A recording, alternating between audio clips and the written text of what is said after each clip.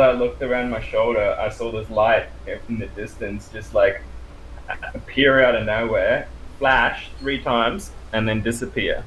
And then, like, a minute later, a helicopter just zooms real fast over that exact same spot coming out of the distance. So I was like, got goosebumps at that moment. I'm like, nah, I'm keeping climbing. So I climbed up to the top of this mountain, and that's where I had the 5-methoxy DMT toad, and it was completely cloudy above me. And when I was laying down, um, the clouds above me parted, and this like triangle UFO was just going in and out of the clouds. And the reason I climbed up there is because I went to a channeling of Bashar. You know about Bashar? No, I don't get into it. Oh wow, you should check him out. He's been his story is him and some friends were traveling across the desert there, and they saw a UFO, and ever since then he was able to channel this alien from the star system Sirius. And Mm-hmm. he since the 80s he'd been putting out this information in front of crowds, mind you, like crowds of 50 to 100, 300 people, asking him any question they want, and he will instantly answer them, and it will be super profound every single time. And like at first I was skeptical, but I watched him for like years like a hawk, and I tried to get him to contradict himself, anything like that. Never faltered, never hesitated, never, like, when people look up to recall stuff or look down to try and make stuff up, Mm-hmm. never does that. Just like constantly pumping out information. And that's what kind of started to convince me. I'm like, I don't know, no one can do that. Like where you can just like make up these things on the spot forever. Like anyway. Mm-hmm. Then later on, the remote viewing people that I follow, Farsight, I'll just quickly bring up their website so people can see. They did a remote viewing on Bashar and found out he's actually who he says he is. Farsight. Um, and these people, they learn. Like, I don't know if you've ever seen the movie Men Who Stare at Goats. Yeah, I've I seen think that. there's a one of the characters in there is called Lynn, right? Mm-hmm. And that's a reference to a real person who's called Lynn Buchanan. He's on the board of directors at this Farsight. And Courtney Brown is the director, and he designs the project. He studied sociology and a few other things at university, and they've got a whole project on the secret space program, you know, and they can find out information that we can't find out because they can penetrate back in time, look up any location they want, and they can even probe into people's brains and find out what they were thinking, what they were feeling, all sorts of stuff like that. So you get some highly detailed information from this, and they do now space mysteries, galactic mysteries, and they do Earth mysteries as well. Stuff like Noah's Ark, Göbekli Tepe, the Eye of the Sahara, Nazca Lines, Sodom and Gomorrah. They do like really cool stuff and like find out epic things. And more often than not, aliens are somehow involved. Now, And they also have their own training programs on here for free that you can like check out how to do your own remote viewing. now And before you go further with that, you might want to explain to people what remote viewing is too, because like I know we've okay, mentioned it before, but like if anybody yeah, sees this video, kind of explain to them what for the you're first referring time. to. Go. So remote viewing is a perceptual process that all humans can do. It is basically a sixth sense that we have. So when people claim to uh, get a funny feeling that something bad is going to happen and then it does, that's kind of you remote viewing into the future and getting a warning from your higher self. And if you have the ability to quiet your mind enough, you can get information from a higher level that transcends time and space. Okay, because the world exists on all dimensions at once, and we're only in the third and fourth dimension right now, and that is time and space. But like, if you go into dimensions higher than that, time and space just becomes a location, and you can travel anywhere in that location of time and space. If that makes sense. So, I recommend people who have never heard of remote viewing before watch the movie Men Who Stare at Goats, and then check out Farsight on YouTube. It's just youtube.com/Farsight, FARSIGHT.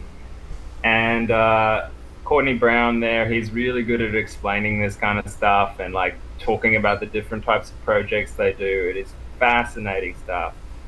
And if you're really, really interested in it, I recommend trying out their video service, farsightprime.com, where they release their full projects and their full training programs and stuff like that. And they go right into like, which aliens are there? What are they doing right now? And what I was about to say, this is the coolest part, right? This has only been discovered in the last 2 years or so, where they found out that the reason we're not seeing UFOs all the bloody time is because they're using stealth technology, right? And if they have figured out a way now to circumvent the stealth technology using modified cameras, and basically they can film any UFO on demand. So you can go out with a camera pointed at the sky and film at a certain frame rate. I think it has to be over 125 frames a second, because these things go like 35,000 kilometers an hour, which is 20,000 miles an hour. So you got to slow the video down like 20 times, and then you can see it in infrared. Okay. And they've been documenting it for the last year now, releasing their videos all the time and teaching people how to do it themselves. So other people have now done it too, which is cool. So anyone can literally, and the guy who taught it to them, the first time he pulled it off was he just took one of those 3D glasses with the red and blue, eye bits. And if you put the red and the blue over the top of each other and you put that over your phone's camera, you can actually, with a good phone camera, you can capture UFOs as well. So, Yeah. But they've got all that information on their website if you want to get right into it. If you got a good DSLR. I tell you what, man, they talk about a lot of amazing stuff when it comes to this stuff. Like with Phil Snyder right there, he was showing the material that he had in his hand. Now, he went around when he was going to each location and telling everybody his story. He was showing these things, and he was telling them that he was actually using this material in his construction and everything. And like right there, if you notice his hand, how they're missing, he had issues with his hand, or his hands, period. He actually lost some fingers. I don't know for sure if it was because of was it because somebody tried to kill him, or was it done before that? Yeah, it was a gray alien. So yeah, okay, go ahead, say the story. So I'm about to actually read it. Let's see, here it is, the firefighter Dulcie base. Okay. Back in 1954, under Eisenhower administration, remember Laura Eisenhower talking about this shit? That's when this happened. The federal government decided to circumvent the Constitution of the United States and form a treaty with alien entities. Unfortunately, they weren't the good guys.